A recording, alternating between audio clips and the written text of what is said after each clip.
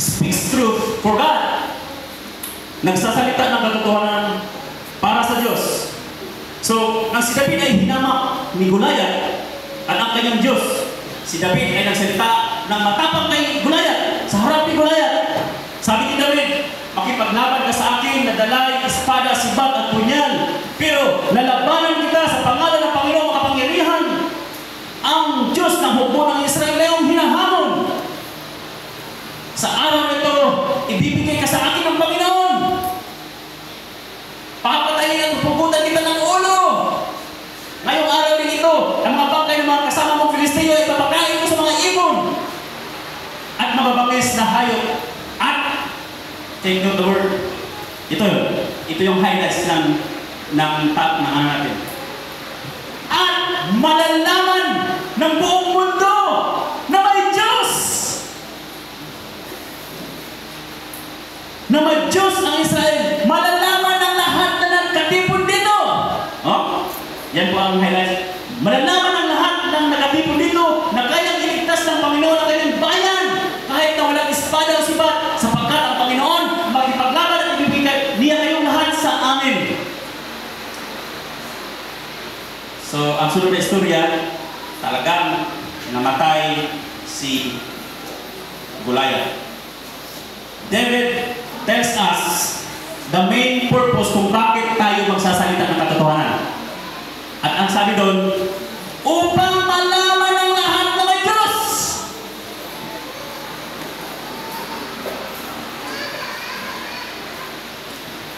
Upang malaman ng lahat ng tao na ang tungkol sa Diyos.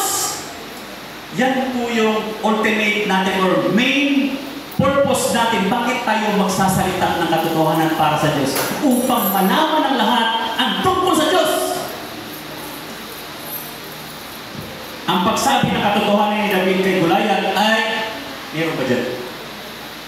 Upang malaman ng mundo ang kaibahan ng pagtitiwala sa sariling lakas at pagtitiwala sa Diyos. Inilantad ni David ang kayabangan at pagtitiwala ni Goliath sa sarili. Number 2, upang malaman ng mundo na ang kapangyarihan at otoridad ng Diyos ang tunay na pinagmulan ng lakas. Number 3, upang malaman ng mundo at hibugin ito na kailangan lamang nilang magtiwala sa Diyos. Encourage them in faith. Number 4, upang malaman ng mundo ang maling pananaw ni Goliath at kailangan malandan at mapagulaanan ang kanyang paninira at kasinungalingan. Yan po yung purpose. So, bakit? Why we should speak the truth? Why is it important? It declares God's power. God honors when we speak the truth. He loves the truth. And in fact, His word is truth. He Himself is the truth. John 14:6. I am the way, the truth. I am the truth.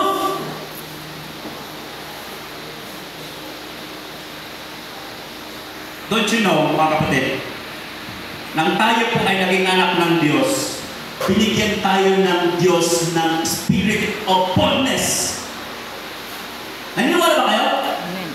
Basahin natin. Acts chapter 1. But you will receive power when the Holy Spirit comes in you, upon you, and you will be my witnesses and Jerusalem, Judea, and Samaria, through all of the world. No? Nang dumating ang Holy Spirit, kailan dumating ang Holy Spirit sa atin? No? Tinanggap natin si Jesus bilang Panginoon tapos ligtas sa ating buhay. The moment na tinanggap natin yun, meron tayo. We will receive power with the Holy Spirit. Nakatanggap tayo ng Holy Spirit. Power! No? Power. So, in Acts chapter, in second, hello? Andiyan po kayo? Amen. So, sabihin mo sa katabi mo. Titigan mo muna katabi mo. Kapatid, may power ka ba? Sabihin mo. Power ka ba? Inapit mo. May power ka na. So, binigyan tayo. 2 Timothy chapter 1 verse 7. Sabi dyan, sapagkat hindi tayo binigyan ng Diyos ng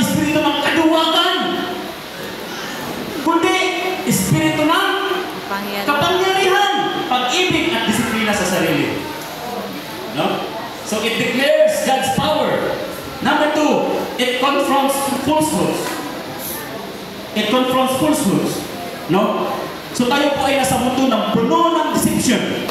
No? And only the truth can free us from that deception, misinformation, and disinformation.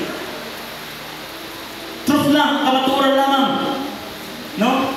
Sa social media ngayon, makikita mo, kung hindi ka nagbabasa or hindi ka nag-aaral talaga, hindi mo alam ang katotohanan, o hindi ka manilang sa social media. No? So, hindi dapat tayo manahimik mga kapatid bilang mga Kristiyano. Andito tayo, nilagay ni Jesus ng Diyos sa lugar na ito, sa mundong ito, para maging mouthpiece. Para maging mouthpiece sa nabubulok ng mundo. Nilagay tayo ng Diyos sa masamang mundo ito upang maging witness ng katotohanan. That's why He gave us power to be His witness to the whole world. No? Letter C. It inspires faith. No? Bakit tayo magsasalita? Anong importante, anong halaga ng katotohanan? Ang katotohanan ang nagbubukas ng puso at isipan ng mga tao na nagpapahintulot sa kanila ng makita ang realidad at magkaroon ng tamang pananaw. Ang pagsasabi ng katotohanan ay nagbibigay ng pag-asa sa mga tao na may mga problema at pagdurusa na nagpapahintulot sa kanila na magtiwala sa Diyos at sa Kanyang mga plano. Ang katotohanan ay nagpapalakas ng loob ng mga tao na magtiwala sa Diyos at sa Kanyang salita na nagbibigay sa kanila ng lakas at pag-asa sa gitna ng mga hamon. So, what are the reasons bakit hindi tayo nakapagsalita ng katotohanan? Takot, hiya, natatakot tayo para sa ating sarili, kaligtasan at katahimikan. No? Manahimik lang tayo para sa karir. Maraming debate dyan sa Facebook. No? Maraming debate at parang ang sarap sumali. No? So, pero natatakot tayo kasi para sa ating katahimikan. No? Ikalawa, hindi natin alam ang katotohanan dahil hindi tayo nagbabasa ng Bible. Right? Hindi tayo nakapagsabi ng katotohanan dahil hindi natin alam ang katotohanan. Dahil hindi tayo nagbabasa ng Bible. Hindi natin alam kung paano pag-refute sa mga ituturo ng mga false teachers at sa mga maling impormasyon sa social media. No? Tayo dapat na naglantad at nagtatama ng mga maling impormasyon. But we should do it with humility, love, and talagang kailangan ng wisdom. No? Kailangan ng wisdom.